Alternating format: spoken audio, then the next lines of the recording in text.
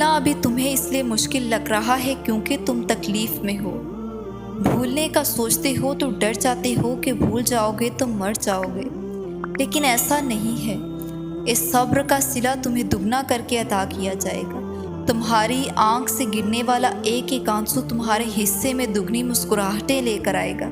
جن چیزوں پہ ابھی یہ دل تڑپ رہا ہے، کل ان کا محض خیال بھی تمہیں دکھ نہیں دے سکے گا۔ یہ جو تکلیف آج دماغ پہ اذیت بن کر حاوی ہے، یہ اب زیادہ دیر نہیں رہے گی۔ تم نے کتنی کوشش کی اور تم نے کتنا ضبط کیا، اس سب کی خبر اللہ کو تم سے پہلے ہے۔ اگر گر گئے ہو تو کیا ہوا؟ اٹھنے سے کیوں ڈرتے ہو؟ کوشش تو کرو۔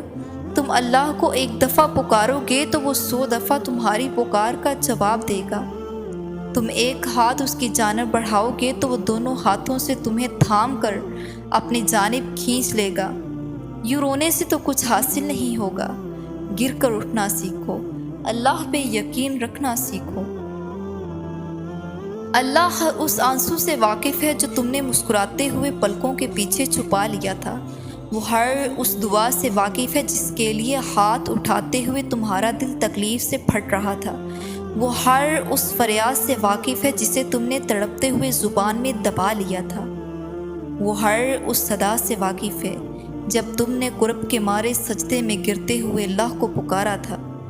وہ ان راتوں کی وحشت سے بھی واقف ہے جب سو رہے تھے اور تم نے آواز کے خوف سے دردناک چیخ کو ضبط کر کے منہ کو ہاتھوں سے دبا لیا تھا۔ وہ ہر اس لمحے کی اذیت سے واقف ہے جب تمہیں لگا تھا کہ تمہیں کوئی سن نہیں رہا، تمہیں کوئی دیکھ نہیں رہا۔ تب بس وہی ایک تھا جو تب بھی تمہیں سن رہا تھا، دیکھ رہا تھا۔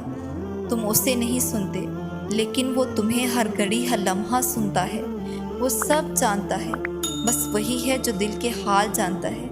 بس وہی ہے جو حال بدل سکتا ہے۔